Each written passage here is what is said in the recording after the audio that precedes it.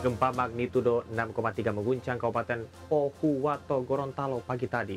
Getaran gempa cukup kuat, membuat warga yang tengah melaksanakan sholat subuh panik keluar rumah.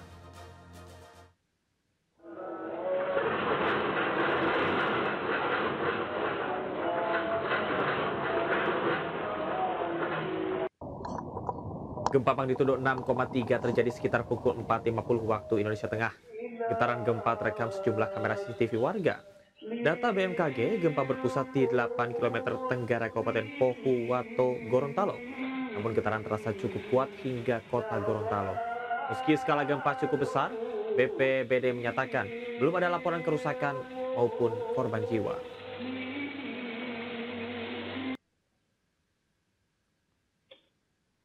Pemirsa, pengajian yang mendatangkan Habib Rizik di Pemalang, Jawa Tengah berujung ricuh setelah dua kelompok massa terlibat bentrokan.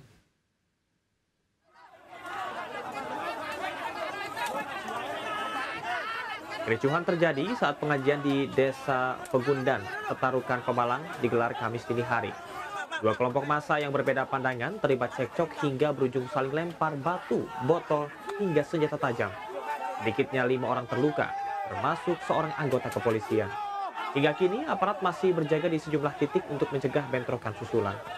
Pemda setempat bersama dengan pihak keamanan tengah berupaya meredam konflik sosial agar tak meluas.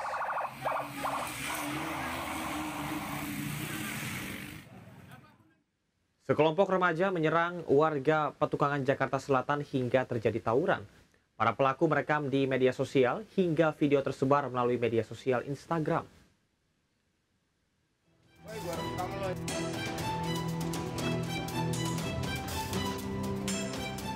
Dalam video, sekelompok geng motor menyerang warga dengan senjata tajam di kawasan Petukangan, Pesanggerahan, Jakarta Selatan. Selain menyerang warga, aksi ini mengganggu warga.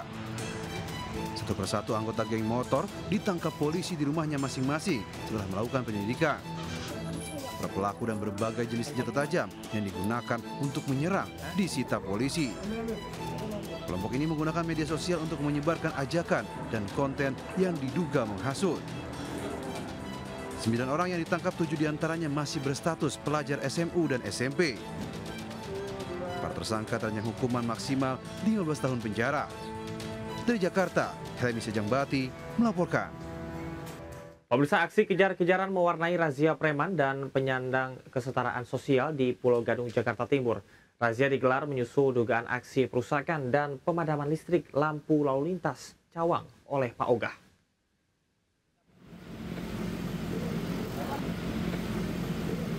Seorang pengatur jalan liar atau Pak Ogah berupaya kabur saat terjaring razia PMKS di Jalan Kayu Putih Raya, Pulau Gadung, Jakarta Timur. Ia pun kabur menghindari kejaran petugas. Melihat rekannya ditangkap, Pak Ogah lainnya lari kocar-kacir saat mengetahui petugas Satpol PP berdatangan. Bahkan salah satu Pak Ogah ada yang nyaris berkelahi dengan pelajar saat kabur di tengah kepadatan lalu lintas.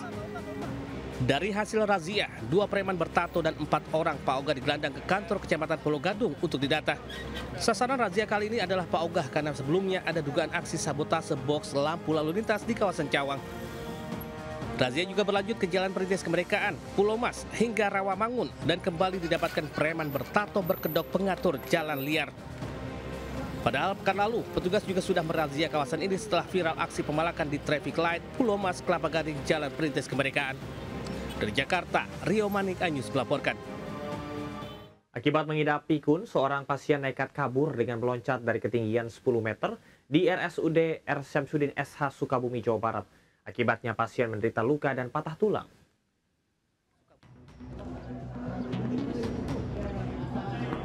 Seorang pasien berinisial A nekat loncat dari lantai 3 gedung perawatan anyelir RSUD R. Syamsuddin SH Sukabumi, Jawa Barat. Korban yang loncat dari ketinggian 10 meter sempat membentur kanopi lantai 2 lalu terjatuh di atap selasar rumah sakit. Melihat korban terluka parah, petugas segera mengevakuasinya ke IGD untuk penanganan medis. Pihak rumah sakit menyatakan pasien tengah dirawat selama 3 hari di ruang perawatan anyelir karena penyakit jantung dan Alzheimer atau pikun.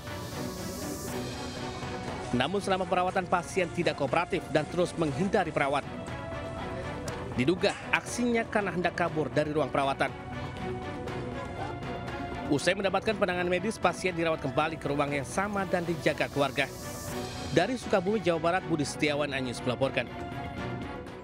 Seorang karyawan lembaga pembiayaan di Surabaya, Jawa Timur diancam dan disekap ormas karena menolak menyerahkan kendaraan yang disita. Kelima anggota ormas ditangkap dan ditetapkan sebagai tersangka.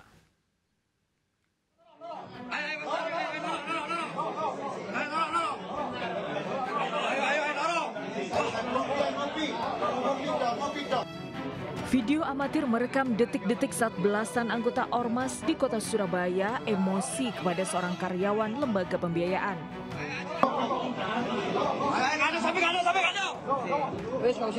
Tak hanya diintimidasi, karyawan tersebut juga digelandang ramai-ramai dan disekap oleh beberapa anggota ormas.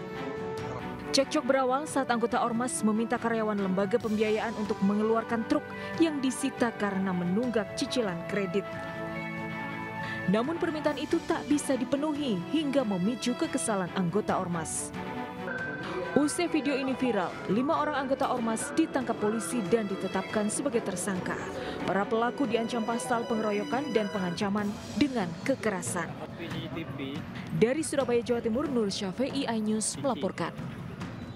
Kemacetan parah terjadi dampak 2 truk terguling di jalur Gentong, Tasikmalaya, Jawa Barat. Akibat kecelakaan, 2 sopir menderita luka dan 1 diantaranya menderita patah tulang.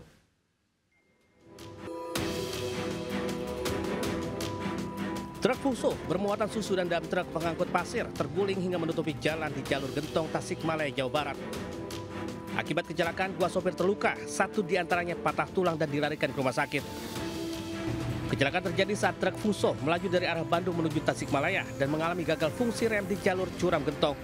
Akibatnya truk menabrak dam truk dari arah berlawanan. Akibat benturan, bagian depan kedua truk ringsek dan posisi kendaraan melintang di tengah jalan.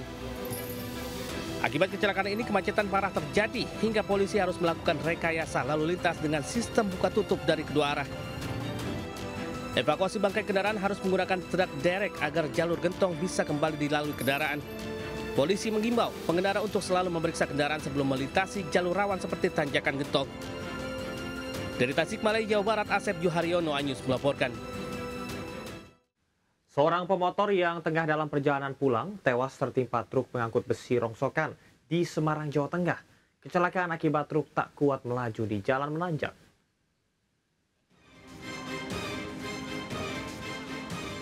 Petugas Basarnas berusaha mengevakuasi jasad seorang pemotor yang tertimpa truk pengangkut besi rongsokan dan terguling di jembatan layang Jalan Arteri Yosudarso, Semarang. Banyaknya material rongsokan besi bekas membuat evakuasi berjalan dramatis. Secara manual, petugas dan warga harus menyingkirkan besi. Sementara itu, adanya aliran listrik di besi jembatan juga membuat petugas harus menghubungi PLN guna mematikan aliran listrik. Setelah 4 jam, jasad korban Anton Basuki Wibowo bisa dievakuasi. Dari informasi, korban tengah dalam perjalanan pulang ke rumah setelah bekerja sebagai tukang las di kawasan industri Terboyo. Jasad korban pun dibawa ke Rumah Sakit Dr. Karyadi untuk identifikasi. Kejadian berawal saat truk melaju dari arah timur menuju barat atau Genuk menuju Kali Banteng. Saat melalui jalan menanjak di jembatan layang, tiba-tiba truk miring. Truk sempat berhenti, namun akibat goncangan dari truk lain yang melintas, truk tiba-tiba terguling dan menimpa korban yang berada di samping. Dari Semarang, Jawa Tengah, Doni Marendra, iNews melaporkan. Aksi 2 pelajar SMP di atas jembatan berujung tragis di Cianjur, Jawa Barat. 2 pelajar yang tengah bergula terjatuh dari atas jembatan dan menyebabkan 1 orang tewas. Sok. Duel 2 kelompok pelajar sengaja direkam rekannya di atas jembatan Parigi, Desa Sindang Sari, Leles, Cianjur, Jawa Barat. Naas aksi duel ini berujung maut setelah kedua anak berguling hingga terjatuh dari jembatan hingga ke dasar sungai. Mengetahui kejadian ini, kedua anak langsung diselamatkan warga dan dibawa ke puskesmas. Hingga kondisi kedua korban membaik dan diperbolehkan pulang. Namun pada tanggal 22 Juli lalu, kondisi korban malah memburuk hingga dirujuk ke RSUD Sindang Barang. Namun korban akhirnya meninggal dunia saat di perjalanan menuju rumah sakit. Hingga kini polisi masih mendalami motif duel para pelaku dengan memeriksa 13 orang anak yang hadir saat kejadian. Dari Cianjur, Jawa Barat, Muhammad Andi Ihsan, iNews melaporkan. 4 rumah hangus dilalap api di kawasan padat penduduk di Matraman Dalam 2, Menteng, Jakarta Pusat. Kebakaran juga terjadi di kawasan sawah besar, diduga akibat adanya kebocoran tabung gas.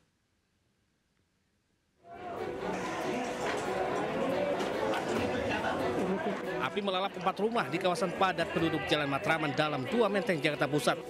Warga panik hingga berlarian menyelamatkan diri. Sementara warga lain berusaha menjinakkan si jago merah dengan peralatan seadanya. Namun akibat banyaknya material bangunan yang mudah terbakar, api sulit dipadamkan. Diduga api pertama kali terlihat dari atap salah satu rumah dan dalam waktu singkat membesar lalu merembet ke bangunan lainnya. Lokasi yang berada di gang sempit menyulitkan pemadaman hingga petugas damkar harus memanjat tembok rumah untuk menjangkau titik api. Selang setengah jam kobaran api bisa dikendalikan. Dugaan sementara kebakaran dipicu hubungan pendek arus listrik dari salah satu kamar. Kebakaran juga terjadi di Jalan Kartini 5 Dalam, Sawah Besar, Jakarta Pusat. Diduga kebakaran akibat kebocoran tabung gas. Warga mengaku api tiba-tiba membesar hingga membuat pemilik rumah panik dan berusaha menyelamatkan diri dengan melompat dari lantai 2. Tak hanya itu, seorang petugas damkar yang berupaya memadamkan api mengalami luka serius akibat tertimpa tembok rumah. Dua korban luka dievakuasi ke rumah sakit untuk perawatan medis. Sementara api bisa dipadamkan setelah 6 unit dan 18 personil datang ke lokasi. Dari Jakarta, tim Liputan News melaporkan. Sementara itu, hampir 24 jam api masih melalap pabrik minyak goreng di kawasan Seimati, Kota Medan, Sumatera Utara. Hingga siang ini petugas damkar silih berganti memadamkan api.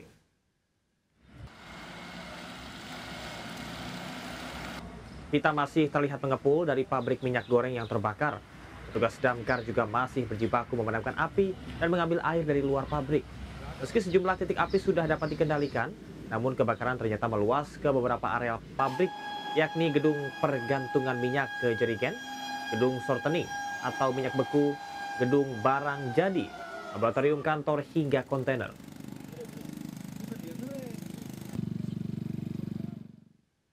Sementara itu, pemadaman listrik dilakukan guna menghindari terjadinya korsleting di areal pemukiman warga yang berdekatan dengan pabrik. Sementara warga yang berdekatan dengan pabrik memilih mengungsi lantaran takut terjadi ledakan besar yang menimbulkan korban jiwa.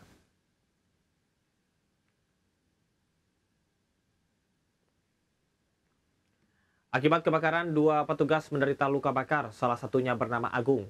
Menurut informasi, ia tersambar api saat sedang berupaya memadamkan kebakaran di lokasi. Kedua korban dilarikan ke RSUD Haji Bahtiar Jafar untuk mendapatkan perawatan medis. Kebakaran hutan dan lahan di sejumlah kabupaten di Provinsi Riau makin meluas. Di Rokan Hulu, kualitas udara sangat buruk, memaksa pemerintah setempat meliburkan 200 sekolah. Sejak kemarin, Pemprov Riau resmi menetapkan status tanggap darurat kebakaran hutan dan lahan menyusul meningkatnya jumlah titik api.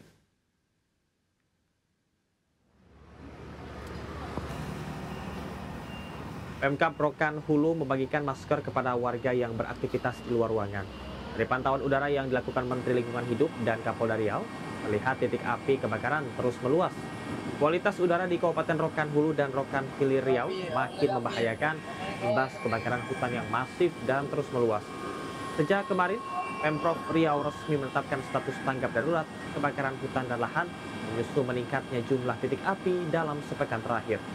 Data hingga kemarin sebanyak 213 hektar lahan terbakar.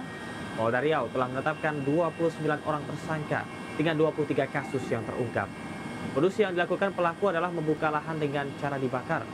Menteri Lingkungan Hidup meminta para pelaku ditindak tegas.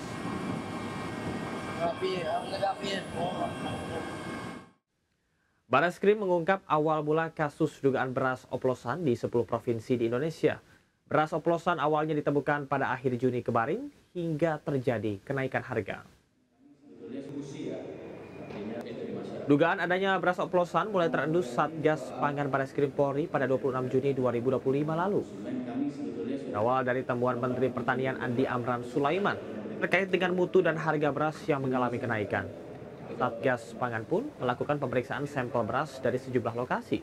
Hasilnya, ada 212 merek beras premium yang tidak sesuai mutu di bawah standar regulasi. Hasil temuan lainnya, terjadi anomali harga beras karena saat masa panen raya beras surplus malah terjadi kenaikan harga yang luar biasa. Dari temuan ini, masyarakat berpotensi mengalami kerugian hingga senilai 99,35 triliun rupiah per tahun.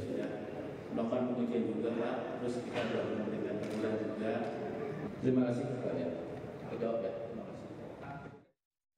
Pemirsa, tak hanya beras yang dioplos di Cengkareng, Jakarta Barat, Kementerian Perdagangan membongkar pabrik handphone oplosan.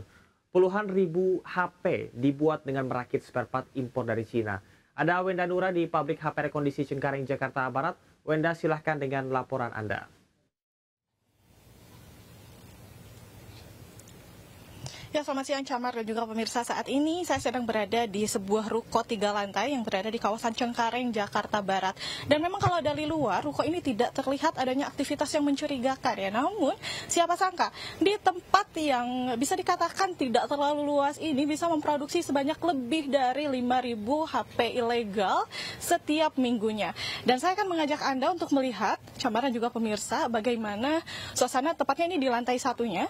Ini merupakan spare part yang baru datang. Jadi modusnya pemilik ini mengekspor barang-barang ataupun spare part dari Cina melalui akses gelap di Batam, lalu dibawa ke sini dan tentunya dirakit menjadi bisa dikatakan HP oplosan ya Camara juga pemirsa. Nah, saya akan mengajak Anda untuk melihat juga seperti apa handphone yang sudah selesai dirakit. Dan nah, bisa dilihat juga Camar di sini tidak hanya ada handphonenya saja, namun juga ada aksesorisnya seperti charger, kabel data, dan juga lainnya. Dan Camar dan juga pemirsa bisa dilihat, ini merupakan handphone yang sudah siap diedarkan melalui marketplace. Memang kalau dari luar tidak terlihat seperti handphone oplosan atau handphone rakitan ya. Jadi ini yang membuat para konsumen ini percaya kalau handphone ini merupakan handphone original. Namun siapa sangka handphone yang berada di dalamnya ini adalah handphone rakitan. Dan tempat ini saat ini sudah dalam pengawasan oleh Kementerian Perdagangan dan tentunya sedang diproses lebih lanjut. Para pelaku pun saat ini masih dalam proses pemeriksaan. Dan tentunya untuk Anda pemirsa yang ingin membeli handphone baru, pastikan marketplace-nya terpercaya dan juga maksimalkan pembelian, usahakan membeli di store ofisialnya langsung. Kembali ke Anda, Camar. Baik, terima kasih rekan Wenda Nura atas laporannya dari Cengkareng, Jakarta. Selamat bertugas kembali.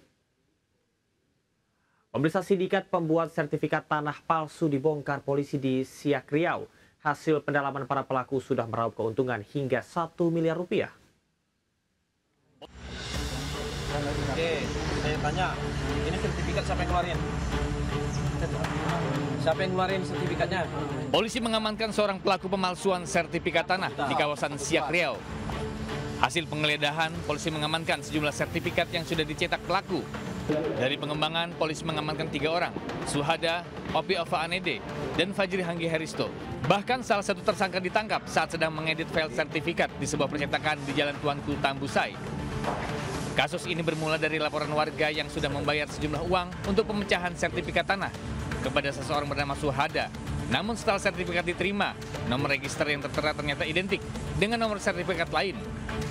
Hasil pengecekan di kantor BPN Siak memastikan bahwa sertifikat tersebut adalah palsu. Hasil pendalaman, penyidik menemukan 166 file digital sertifikat tanah palsu yang telah diproduksi sejak Januari hingga Juli 2025. Modus yang digunakan pelaku dengan menawarkan jasa pemecahan sertifikat lahan dengan tarif antara 8 hingga 12 juta rupiah per dokumen. Polisi memperkirakan nilai keuntungan ilegal dari pemalsuan ini adalah mencapai hingga 1 miliar rupiah. Dari Siak, Riau, Eli Suwanti, iNews melaporkan. Malu terus-terusan ditagih uang rekreasi 350.000 oleh gurunya. Seorang siswa di Sumatera Utara memilih putus sekolah. Ia sempat curhat di media sosial menceritakan kesedihannya. Setiap aku beli itu kan kenapa datang dulu itu. Katanya mana utang, katanya. Seorang siswa di Kecamatan Seikanan, Labuan Batu Selatan, Sumatera Utara memilih putus sekolah karena malu terus-terusan ditagih uang rekreasi 350.000 oleh gurunya. Perpisahan jalan-jalan, Pak, nggak ikut tetap bayar.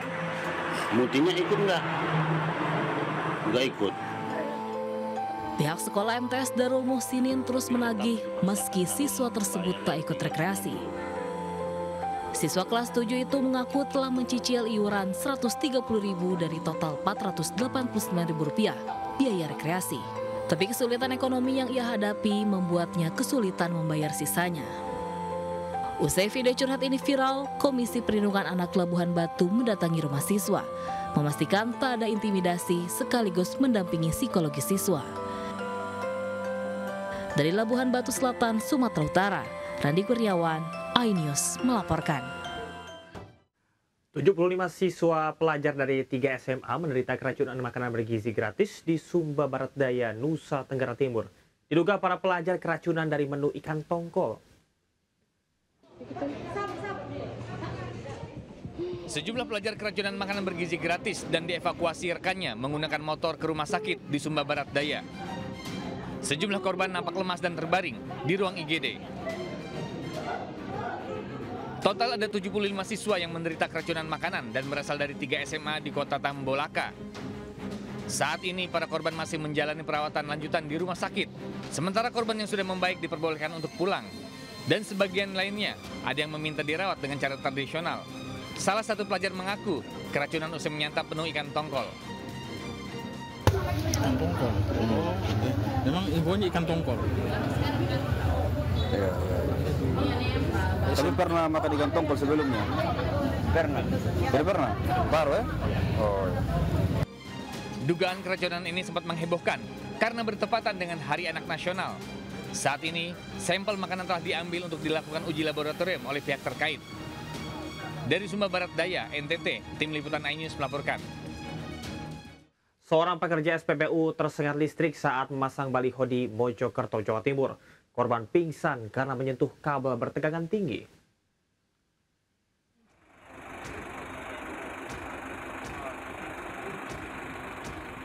Petugas penerangan jalan umum Dinas Lingkungan Hidup Kabupaten Mojokerto mengevakuasi seorang pekerja yang tersengat listrik di atas scaffolding di Jalan Raya Desa Sedati, Kecamatan Ngoro, Jawa Timur. Usai diturunkan, petugas langsung membawa korban ke rumah sakit. Korban pekerja SPBU yang sedang mengukur baliho. Ia tak sengaja menyentuh kabel listrik tegangan tinggi hingga langsung tak sadarkan diri. Korban tersengat listrik sempat dilaporkan warga ke Damkar dan BPBD. Namun, saat Damkar dan PMI mendatangi lokasi, korban sudah dievakuasi petugas penerangan jalan umum Dinas Lingkungan Hidup. Dari Kabupaten Mojokerto, Jawa Timur, Solahuddin melaporkan. Presiden Prabowo Subianto resmi meluncurkan tema dan logo Hari Ulang Tahun ke-80 Republik Indonesia di Istana Negara Jakarta. Bersatu Berdaulat Rakyat Sejahtera Indonesia Maju menjadi tema HUT ke-80 Republik Indonesia. Acara peluncuran dan logo Hari Ulang Tahun ke-80 Republik Indonesia digelar di Istana Negara Jakarta Rabu sore. Wakil Presiden Gibran Rakabuming Raka turut hadir dalam peluncuran tersebut. Acara dilaksanakan secara hybrid, dihadiri langsung anggota Kabinet Merah Putih dan pimpinan legislatif. Bersatu Berdaulat Rakyat Sejahtera Indonesia Maju jadi tema HUT ke-80 Republik Indonesia yang resmi diumumkan oleh Presiden Prabowo yang menurutnya tema ini selaras dengan visi bangsa. Sedangkan logo HUT ke-80 Republik Indonesia tahun ini didesain oleh desainer karya anak negeri. Dengan peluncuran ini, Presiden Prabowo mengajak seluruh rakyat Indonesia menyambut peringatan HUT kemerdekaan Republik Indonesia dengan semangat dan kebersamaan. Pemerintah menetapkan tema Hari Ulang Tahun Republik Indonesia tahun ini adalah Bersatu Berdaulat Rakyat Sejahtera Indonesia Maju. Hanya berselang 2 hari setelah peresmian Koperasi Merah Putih di Tuban, Jawa Timur langsung dibongkar. Papan nama koperasi dan foto Presiden Prabowo diturunkan. Seluruh barang dagangan dikeluarkan. Warga pun tak bisa berbelanja.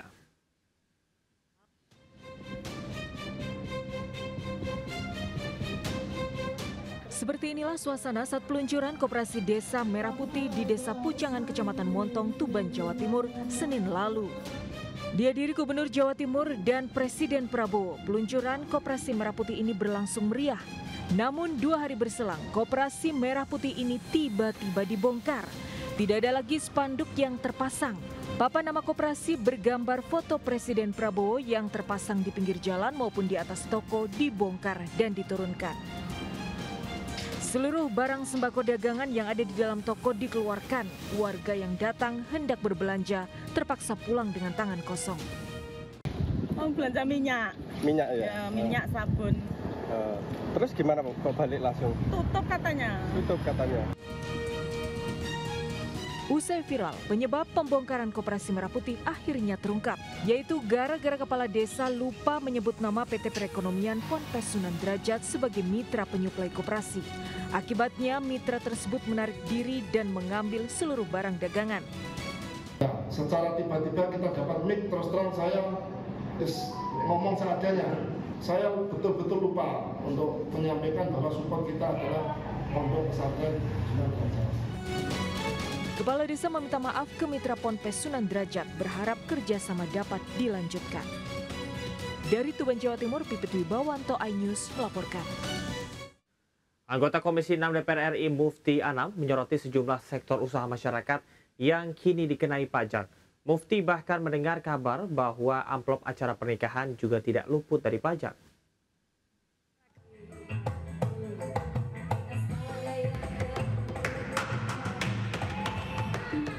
Beban hidup makin berat, pemerintah tekan masyarakat dengan beragam pajak. Terbaru pemerintah bahkan berencana kenakan pajak pada amplop acara pernikahan. Anggota Komisi 6 DPR RI Mufti Anam membahas hal ini dalam rapat kerja dan dengar pendapat dengan Menteri BUMN dan Kepala Badan Pelaksana Pengelola Danantara kemarin di gedung DPR RI. Mufti menyoroti sejumlah sektor usaha masyarakat yang kini dimintai pajak, termasuk soal amplop acara pernikahan yang akan dikenai pajak oleh pemerintah. Para pekerja-pekerja digital kita, semua sekarang dipajakin. Bahkan kami dengar bahwa dalam waktu dekat, orang yang mendapatkan amplop di kondangan, di hajatan juga akan dimintain pajak oleh pemerintah. Ini tragis. Nah, sehingga ini membuat rakyat kami hari ini cukup menjerit. Anggota DPR RI dari fraksi PDIP ini pun mempertanyakan alasan pemerintah gencar kenai pajak untuk masyarakat. Apakah karena sumber utama penerimaan negara yang hilang karena dividen saat ini diberikan kepada Danantara dan negara malah kehilangan pemasukannya? Dan apakah masyarakat harus kembali dibebankan dengan sejumlah aturan baru yang dikenai pajak? Saya sendiri yang udah nikah ya, itu kan biayanya itu nggak kecil ya. Dan mungkin ada yang mungkin dapat amplop emang buat simpenan atau buat ngapain, tapi kan ada juga yang buat nutup biaya produksi nikahannya gitu. Dan ya menurut saya kasihan sih. Bagi saya sih itu urusan pribadi ya, kayaknya nggak harus ada pajak buat amplop. Ya namanya orang hajatan kan butuh biaya banyak ya kan. Kalau yang harus dipajakin tuh jangan yang kayak gitu, pemerintah harusnya barang-barang mewah. Kalau kayak gitu sama juga menyengsarakan rakyat. Anda masih di seputar News Siang bersama saya Camar Haenda. Teknologi canggih dan ramah lingkungan dipamerkan pada ajang GIAS 2025 di BSD Tangerang, Banten. Salah satunya adalah peluncuran kendaraan battery electric vehicle atau BEV sebagai inovasi revolusioner.